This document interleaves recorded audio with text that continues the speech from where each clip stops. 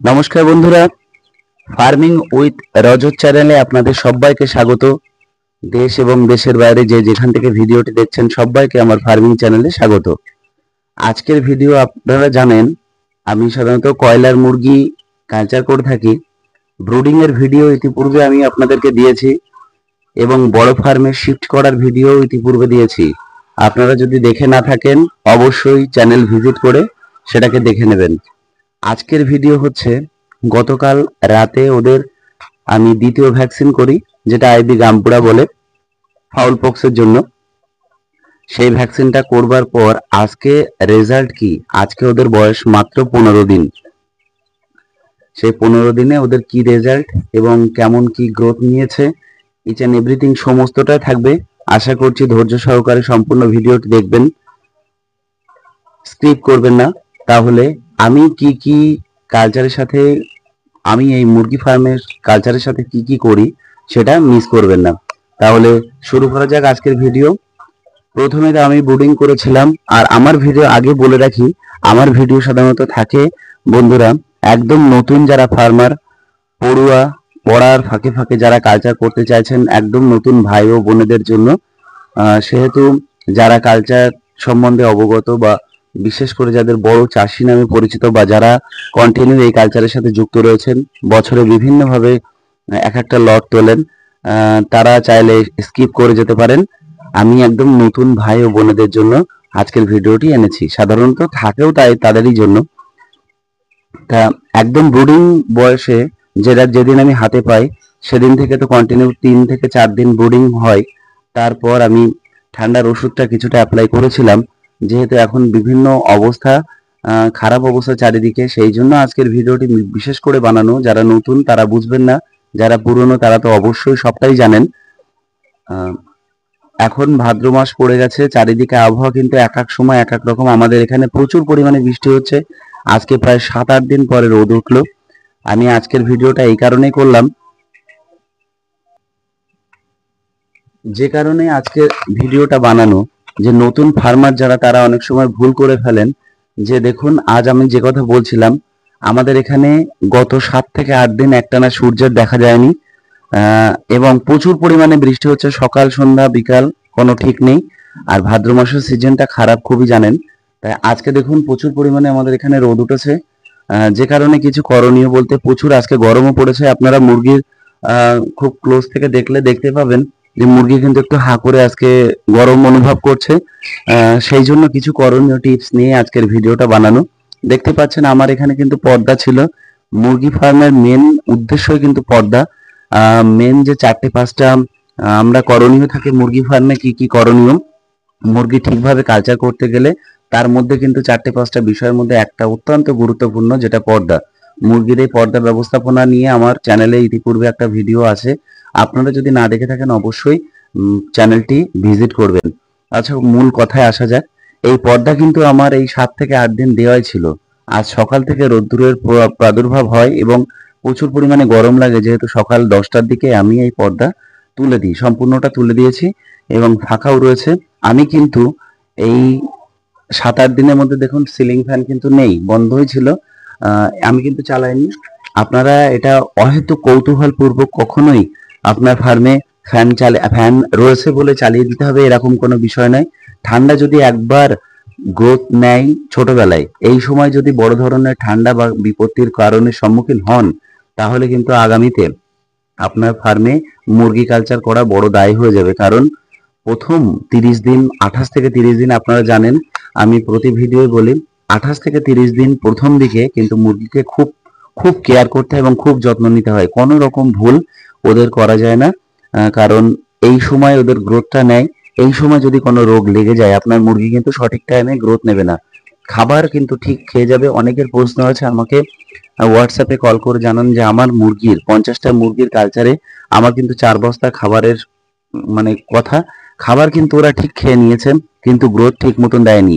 এর কারণই হচ্ছে ছোটবেলায় মুরগির বিভিন্ন রকম সমস্যার কারণে মুরগি কিন্তু ঠিক টাইমে গ্রোথ দেয় না। তাই আমাদের সবার প্রথম করণীয় হচ্ছে একদম জিরো বাচ্চা থেকে 28-30 দিন পর্যন্ত মুরগিকে কিন্তু সঠিক নিয়মে, সঠিক গাইডেন্সে এবং ঠিক পরামর্শ অনুযায়ী চলতে হবে। এবং সঠিক কেয়ার দিতে হবে। তার মানে এই নয় যে 1 মাস পর থেকে কেয়ার দিতে হবে না, আপনা আপনি কালচার হয়ে যাবে, সেটা নয়।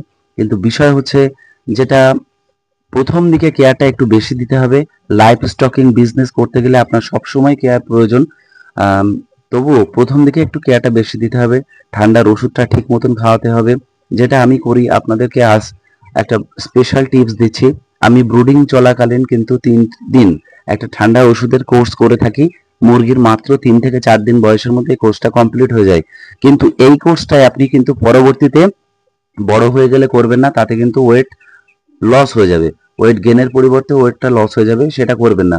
ছোট্টবেলায় অনেক কিছুই করা যায়, যেটা ছোট ছোট টিপস।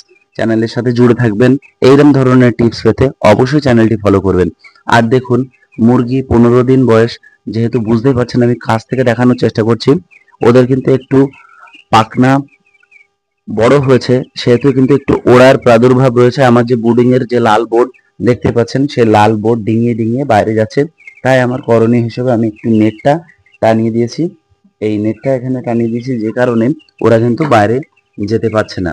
এই একটা করণীয় আছে।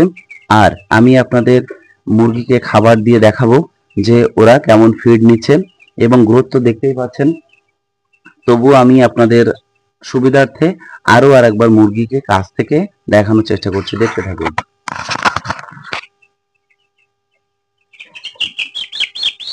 দেখুন, মুরগির কিন্তু প্রায় 250 গ্রামের কাছাকাছি ওয়েট চলে এসছে। আজ মাত্র 15 দিন, এই সকালবেলায় আমি ভিডিও শুট করছি।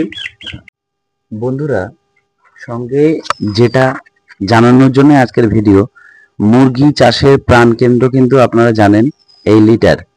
এই লিটার কিন্তু এখনো আমার ঝরঝরে আছে। এর আগের ভিডিওতে আমি আগের হারভেস্টে একটা ভিডিওতে আমি দেখিয়েছিলাম লিটার কিভাবে শুকনো এবং ঝরঝরে রাখতে হয়। সে ভিডিও যদি আপনারা দেখে না থাকেন, অবশ্যই চ্যানেল ভিজিট করে সেই ভিডিও দেখে আসবেন। এখনো পর্যন্ত এই লিটার আমার কিন্তু শুকনো আছে, এবং হারভেস্টের প্রায় শেষ পর্যন্ত কিন্তু আমি লিটার শুকনো রাখার চেষ্টা করব। এই লিটার কিভাবে শুকনো রাখতে হয় অবশ্যই আপনারা জানবেন এবং বুঝবেন। মুরগি চাষের প্রাণকেন্দ্র কিন্তু এই লিটার। আমরা আবারও বলছি, মাছ চাষ করতে গেলে যেমন জলকে ট্রিটমেন্ট করতে হয় বা জল ভালো রাখতে হয়, তেমনি এই মুরগি চাষ করতে গেলে লিটারকে ভালো রাখতে হয়। যত লিটার আপনার ভালো থাকবে, গন্ধমুক্ত থাকবে, তাহলে কিন্তু আপনার কালচার স্বয়ং সম্পূর্ণ হবে। দেখতে পাচ্ছেন আমি সবেমাত্র খাবার দিলাম, খাবার খেয়ে ওরা বিশ্রাম করছে। আজ 15 দিনে কতটা গ্রোথ পেয়েছে বা কতটা আপনারা বুঝতে পারলেন অবশ্যই জানাবেন। কাছ থেকে দেখানোর চেষ্টা করছি। দেখুন, ওরা কিন্তু যথেষ্ট বড়ও হয়ে গেছে ইতিপূর্বে, এর মধ্যে যথেষ্ট বড় হয়ে গেছে। গতকাল রাতে ওদের সেকেন্ড ভ্যাকসিন কমপ্লিট হলো, আজ সকালে ভিডিওটা শুট হচ্ছে। আর আপনারা এই সময় যদি বৃষ্টি না হয় কিন্তু পর্দা দিয়ে রাখার চেষ্টা করবেন না, এরকম ফাঁকা রাখবেন। তাহলে কিন্তু হাওয়া বাতাসটা যথেষ্ট পরিমাণে আসবে। আর এই রকম ধরনের গরম যদি পড়ে, তবে কিন্তু আপনাদের যে ফ্যান আছে সেই ফ্যানটাকে অল্প অল্প করে চালানোর চেষ্টা করবেন, যাতে ব্রুডিং এর থেকে আজ পর্যন্ত যদি আপনাদের এই ফ্যান না চলে থাকে, হট করে একদিনে 3-4 ঘন্টা চালাবেন না। অল্প অল্প করে সহ্য সওয়ার মতন চালাবেন, যেমন 10 মিনিট 15 মিনিট এইভাবে আস্তে আস্তে বাড়াবেন। আর এরকম যদি রোদ ওঠে, তাহলে ভাদ্র মাসের দিন একটু গরমের প্রাদুর্ভাব কিন্তু থাকবেই।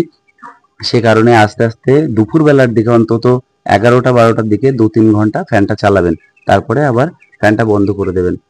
আহ এক বন্ধু জিজ্ঞাসা করেছিলেন যে আমার জলের পাত্রটা, এই জলের পাত্রটা তার প্রশ্নের উত্তরে আমি জানাচ্ছি। এটা কিন্তু আমার হুকের সাহায্যে, মানে দড়ির সাহায্যে কিন্তু ঝোলানো হয়। কিন্তু মুরগি যেহেতু অনেক ছোট, তাই এই পাত্রটা কিন্তু আমি একটা ইটের পরে দিয়েছি। আর কিছুদিন পর ভ্যাকসিন প্রায় শেষ হয়ে গেলে তখন কিন্তু আমি এটাকে ঝুলিয়ে দেবো।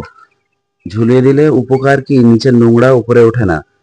তো এখনো উঠছে না, কিন্তু আরেকটু বড় হলেই আমি ওদেরকে ঝুলিয়ে দেবো। যাই হোক, এইরকম ধরনের ফার্মিং রিলেটেড ভিডিও পেতে চ্যানেলটি অবশ্যই সাবস্ক্রাইব করে পাশে থাকবেন, যাতে আমি ভিডিও ছাড়ার সঙ্গে সঙ্গে আপনাদের নোটিফিকেশন পেয়ে যান। তাই জন্য বেল প্রেস করে রাখবেন। আর ফার্মিং রিলেটেড ভিডিও তো অবশ্যই আমার চ্যানেলে আসতে থাকবে। আপনারা সকলে একটা লাইক এবং জানাবেন কোথা থেকে দেখছেন। এইরকম ধরনের ভিডিও আপনাদের জন্য অবশ্যই আসতে থাকবে। আর যারা বিগিনার, একদম শুরু থেকে কালচার করতে চাইছেন, বা কলেজ পড়ুয়ারা, আমি বারে বারে বলে থাকি, তারা কিন্তু অবশ্যই আসতে পারেন এই কালচারে, যথেষ্ট লাভদায়ক ব্যবসা। আমি কিন্তু একটা ফুল হারভেস্টেড ভিডিও ইতিপূর্বে দিয়েছি, আপনারা যদি না দেখে থাকেন অবশ্যই দেখবেন, আপনারা অনেক ইন্সপায়ার হবেন ওই ভিডিও দেখে। আশা করছি আমিও প্রায় বছর চারেকের উপরে কালচার করছি, এত সুন্দর প্রফিট আমিও দেখতে পাইনি, আমারও খুবই ভালো লাগছে। দিন শেষে আমিও কালচার যখন করি বা কালচার তোলার পর যখন একটু প্রফিট দেখা যায় তখন কিন্তু সবারই ভালো লাগে আমার মতন। যাই হোক, আজকের ভিডিওটা এই পর্যন্ত। কেমন লাগলো অবশ্যই কমেন্ট সেকশনে জানাবেন। সকলে ভালো থাকবেন পরবর্তী ভিডিওর জন্য। নমস্কার।